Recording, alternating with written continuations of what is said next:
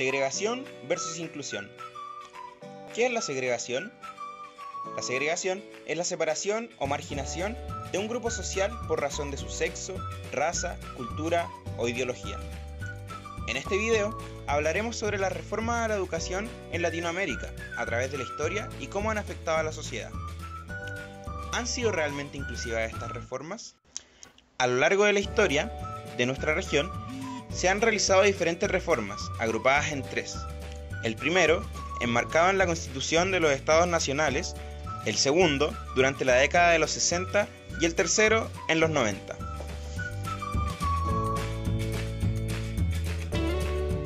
Primer grupo, Constitución de los Estados Nacionales.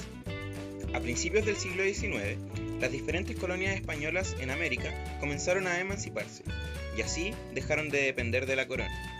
Sin embargo, poco se sabía de cómo constituir un Estado, cómo tener un sentido de pertenencia nacional y cómo homogeneizar a la población, bases fundamentales para la construcción de esta nueva sociedad.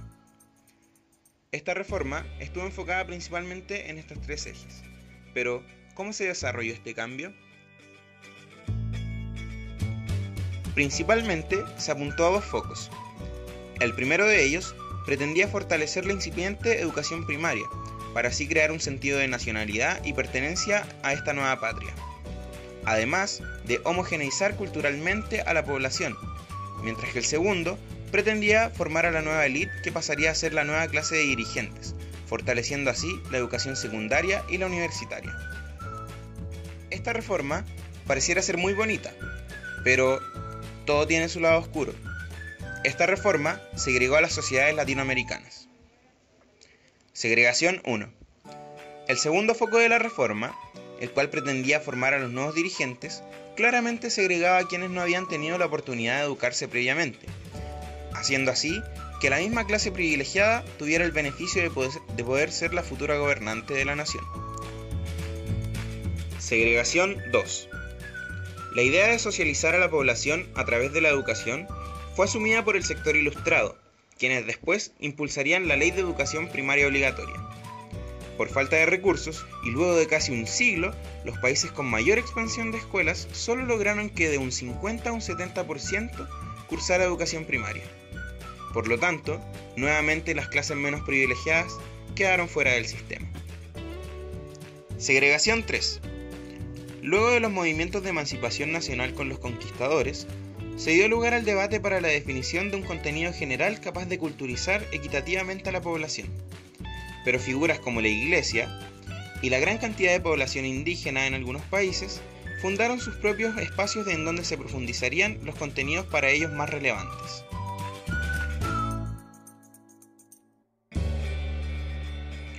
Segundo grupo, la reforma de los 60. Durante la década de 1960, los estados ya constituidos crecían exponencialmente. Es por esto que era necesario aumentar las producciones para poder abastecer a los países. Así es como estas reformas apuntaron a la formación de los nuevos recursos humanos, fomentando así educación enfocada en el desarrollo de profesionales técnicos, mano de obra para generar más recursos y fomentar la producción. Una idea bastante sensata para lo que era necesario en los países, pero, como ya dijimos anteriormente, no todo es lo que parece. De esta manera, estas reformas fomentaron mucho más la segregación impuesta en el primer grupo de reformas. Si bien la reforma fomentó la generación de recursos humanos en el periodo, los grupos de poder, es decir, aquellos que habían podido ser bien formados por familias que habían sido educadas anteriormente y gracias a la primera reforma, controlaron a aquellos que se estaban recién formando, precarizando sus situaciones laborales y los sueldos, generando un círculo vicioso. El que tiene más plata sigue ganando más plata, mientras que aquellos que incipientemente comienzan a ganar dinero no les es suficiente, dadas las condiciones de trabajo a las que estaban expuestos. Tercer grupo, la reforma de los 90. Durante el periodo entre 1960 y 1980, nuestra región, especialmente nuestro país, tuvo un quiebre en sus líneas democráticas.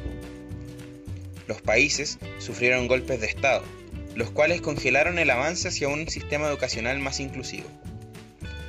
Es por esto que estas reformas estuvieron principalmente enfocadas en el retorno a la democracia, poniendo principal énfasis en la educación en derechos humanos, para así formar ciudadanos reflexivos, capaces de enfrentar los nuevos desafíos del proceso del fortalecimiento a la democracia.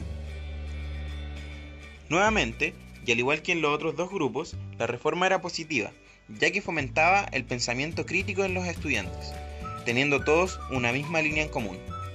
Pero se tergiversó, haciendo que las mismas familias y grupos con poder de las anteriores dos reformas quisieran que sus hijos estudiaran en instituciones privadas, haciendo que los ricos estudien con los ricos, y los pobres, bueno, ya sabemos con quién.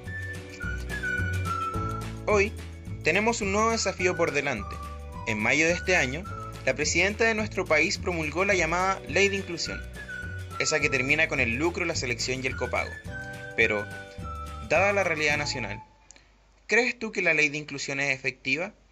¿Realmente incluye a todos los sectores del país? Es necesario que como estudiantes de educación nos informemos y demos nuestra opinión.